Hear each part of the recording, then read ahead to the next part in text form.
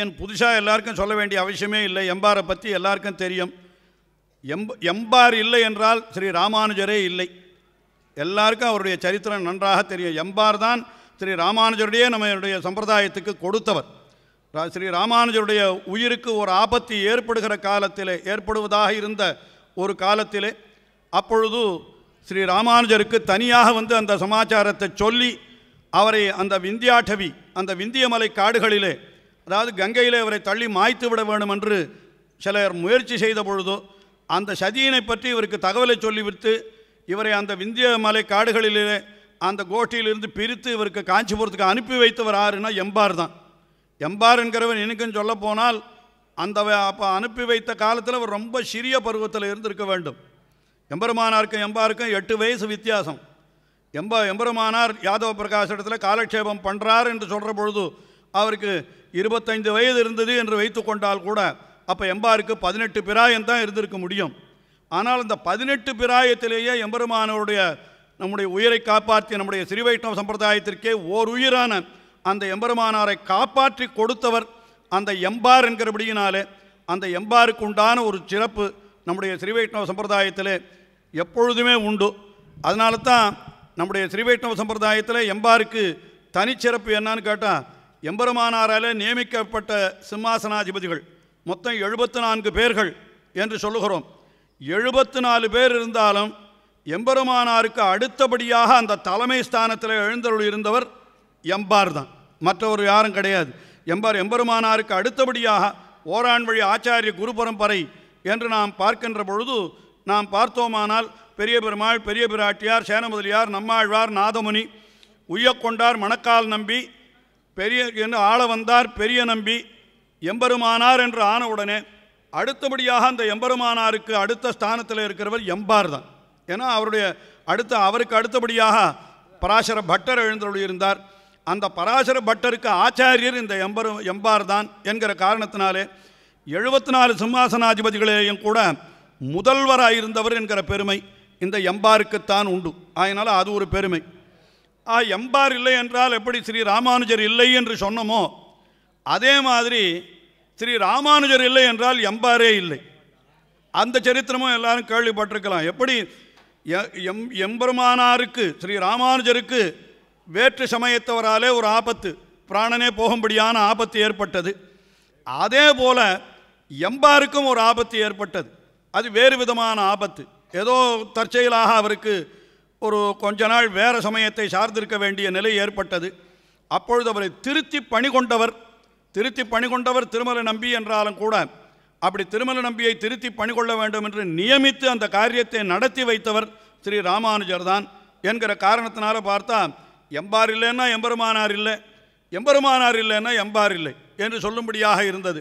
அப்படிப்பட்ட எம்பார் அவர் ஸ்ரீ ராமானுஜருக்கு தேகபந்துவும் கூட. அதாவது அவருடைய சிறுதாயார் பிள்ளை, அவர் சித்தி பிள்ளை, எம்பெருமானாருக்கு எம்பார் சித்தி பிள்ளை. அவருக்கு பட்டம் கொடுக்குற பொழுது அவருக்கு கோவிந்தன் என்கிறது தான் இயற்கை திருநாமம். அவருக்கு திருமல நம்பி அவருக்கு திருநாமம் இட்ட பொழுது கோவிந்தன் என்கிற திருநாமத்தை தான் இட்டார் திருமல நம்பி. அந்த என்ன கோவிந்தன் இடத்துக்கு என்ன காரணம் தெரியல. எப்போ இன்னும் திருவேங்கடமுடியான எல்லாரும் கோவிந்தான்னு தானே கொண்டாடுறோம். அவர் திருமல நம்பி கோவிந்தனுக்கு அந்த திருவேங்கடமுடையானுக்கு கைங்கரியம் பண்ணிட்டு இருந்தார். அதனால் அவர் கோவிந்தன் என்கிற திருநாமத்தையே இட்டிருக்கலாம். பிற்காலத்தில் ஸ்ரீ ராமானுஜர் தில்லை சித்திரக்கூடத்தில் எழுந்தருள் இருந்த கோவிந்தராஜரை கொண்டு போய் திருப்பதி என்கிற திவ்ய தேசத்தில் பிரதிஷ்டை பண்ணினார் இல்லையா, கீழ் திருப்பதியில் பிரதிஷ்டை பண்ணினார். ஆனால் அது ரொம்ப பிற்காலத்தில் ஏற்பட்டது. எம்பாருக்கு ரொம்ப வயது முதிர்ந்த காலத்தில் தான் அது ஏற்பட்டிருக்க வேண்டும். ஆனால் இப்படி அந்த கோவிந்த நாமத்திற்கும் எம்பாருக்கும் ஏதோ ஒரு சம்பந்தம் ஏற்பட்டிருந்தது. ஆனால் அவர் சந்நியாச ஆசிரமத்தை ஸ்வீகரித்த பொழுது அவருக்கு எம்பாருக்கு ஸ்ரீ ராமானுஜர் அவர் தான் திருநாமத்தை கொடுக்குறார். ஏதாவது ஒரு பேர் கொடுக்கணுமே, என்ன பேர் கொடுக்கறதுன்னு பார்த்தார். அப்போ என்ன பேர் கொடுக்கறது? ஆச்சாரியனுடைய திருநாமத்தை அப்படியே சிஷ்யன் வகிக்க வேணும் என்கிறது ஒரு நியமம் உண்டு. அந்த நியமத்தை சில சிஷ்யர்கள் கடைபிடித்திருக்கிறார்கள். ஆனால் இவருக்கும் என்ன பண்ணினார்னா எம்பெருமானார் என்கிற திருநாமத்தையே தான் கொடுத்தாராம். தம்முடைய திருநாமத்தையே அவருக்கும் கொடுத்தார். அல்லது அவரே ஆச்சாரியனுடைய திருநாமத்தை வகிக்கணும்னு நினைத்தார். ஆனால் 2 பேருக்கும் எம்பெருமானார்னு இருந்தால் கொஞ்சம் ஏதாவது குழப்பம் ஏற்படுமே.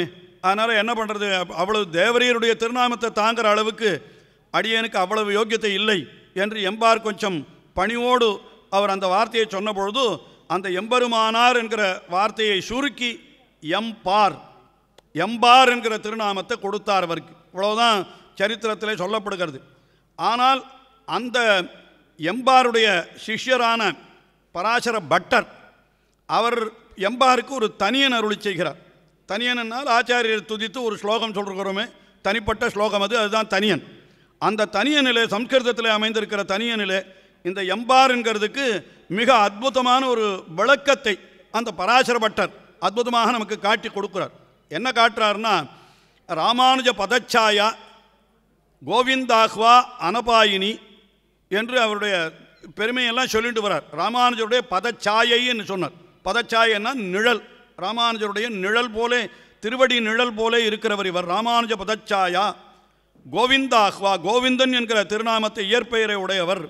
எம்பெருமானரை விட்டு எப்பொழுதும் பிரியாதவர். எப்படி ஒரு மனிதனை ஒரு பொருளை விட்டு அந்த நிழல் பிரியாதோ அதுபோல் எம்பெருமானாரை விட்டு ஒரு நொடி பொழுதும் பிரியாதவர் எம்பார் என்கிறபடியினாலே ராமானுஜ பதச்சாயா கோவிந்தாஹ்வா அனபாயினி என்று சொல்லிவிட்டு தது ஆயத்த ஸ்வரூபா, அதாவது எம்பெருமானாருடைய ஆயத்த இது அதீனத்திலேயே தன்னுடைய சொரூபத்தை உடையவராய் அவருக்கே தொண்டு பூண்டு அமுதம் உண்ணு போவராய் இருந்தவர் என்று சொல்லிவிட்டு கடைசி பாதத்தில் என்ன சொல்கிறார் கேட்டால், மத் விஸ்ரமஸ்தலி என்று ஒரு வார்த்தையை சொன்னார் அவர். மத் விஸ்ரமஸ்தலி என்னால் என்ன அர்த்தம்னா, நான் இளைப்பாறும் இடம், நாம் இளைப்பாறும் இடம். எம்பெருமான் கோவிந்த அந்த எம்பார் தான் நாம் எல்லாரும் போய் இளைப்பாறக்கூடிய இடம் என்று சொன்னார். அதை வைத்து நம்முடைய பெரியவர்கள் அர்த்தம் என்ன காட்டியிருக்காள்னா, இந்த தமிழில் பார் என்கிற சொல்லுக்கு இடம் என்பது பொருள். பார், பார் என்னால் இடம். அந்த இடம் என்கிறது என்னன்னா, நாம் இருப்பதற்கு தகுதியான இடம் என்கிற இடத்திலே பார் என்று வந்து, அது எம்பார் என்னால் என்ன, நாம் போய் எல்லாரும் போய் அவருடைய திருவடி நிழலிலே ஒதுங்கி இருந்தால் நமக்கு எல்லா நன்மைகளையும் விளையும் என்கிற காரணத்தினாலே அவர் எம்முடைய பார் என்று அப்படி நினைக்கும்படியான அந்த அர்த்தத்தை நாம் அந்த திருநாமத்திற்கு கொள்ள வேண்டும் என்பது பட்டரருளி செய்த தனியனிலே நமக்கு காட்டப்படுகிறது. அவர் என்ன காட்டுறார், மத்விஸ்ரமஸ்தலி என்று காட்டுகிறார். ஆஹா, ராமானுஜ பதச்சாயா கோவிந்தாஹ்வா அனபாயினி ததாயுத்த ஸ்வரூபா மத்விஸ்ரமஸ்தலி என்று தெரிவித்தார். அப்படிப்பட்ட எம்பார் ஆச்சாரியனே எல்லாம் என்று கொண்டிருந்தார். அவருக்கு எவ்வளவு சொன்னாலும் அதை பற்றி நாம் விவரித்தாலும் போதவே போதாது. மிக அவகாசம் ரொம்ப குறைவாக இருக்கிறது. ஒரே ஒரு விஷயம் தெரிவிக்கிறேன். பெரியாழ்வார் திருமொழியில் கடைசி பாசுரம், கொண்டல் வண்ணனை கோவலனாய் வெண்ணை உண்டவாயன் என்று, அதான் அந்த பாசுரம் கடைசி பாசுரத்தில் வேயர்தங்கள் குலதுத்த விட்டுசித்தன் மனத்தே கோயில் கொண்ட கோவலனை கொழுங்குளிர் முகில் வண்ணனை ஆயிரத்தை அமரர் கோவை அந்தணர்தம் அமுதத்தினை சாயை போல பாடவல்லார் தாமும் அணுக்கர்களே என்று பெரியாழ்வார் பாசுரம் அருளி செய்து விட்டார். இந்த சாயை போல பாடவல்லார்னா என்ன அர்த்தம்? சாயைனா நிழல், இப்போ தான் சொன்னோம், அவருக்கே பதச்சாயான்னு பேர். சாயை போல பாடவல்லார் இந்த பாசுரத்தில் இருக்கிறதே என்ன அர்த்தம்னு கேட்டால், ஆரோ சில பேர் சொன்னாலும் நிழல்னா குளிர்ச்சியாக இருக்கும், அப்போ சாயை போல பாடவல்லார்னா ரொம்ப குளிர்ச்சியாக பாடவல்லவர்கள் அப்படின்னு அர்த்தம் சொல்லிவிடலாமே அப்படின்னு சொன்னாலாம். ஆனால் சரியாக பொருந்தல்ல அவளுக்கு. உடனே எம்பார் இடத்துல வந்து காட்டாளாம். எம்பாருக்கும் அவன் சட்டன்னு அர்த்தம் புரிக்கலை, தோணலை அவருக்கு. உடனே என்ன பண்ணார், கொஞ்சம் இருங்க வரேன் அப்படின்னு சொல்லிவிட்டு நேரத்து உள்ளே போனார்.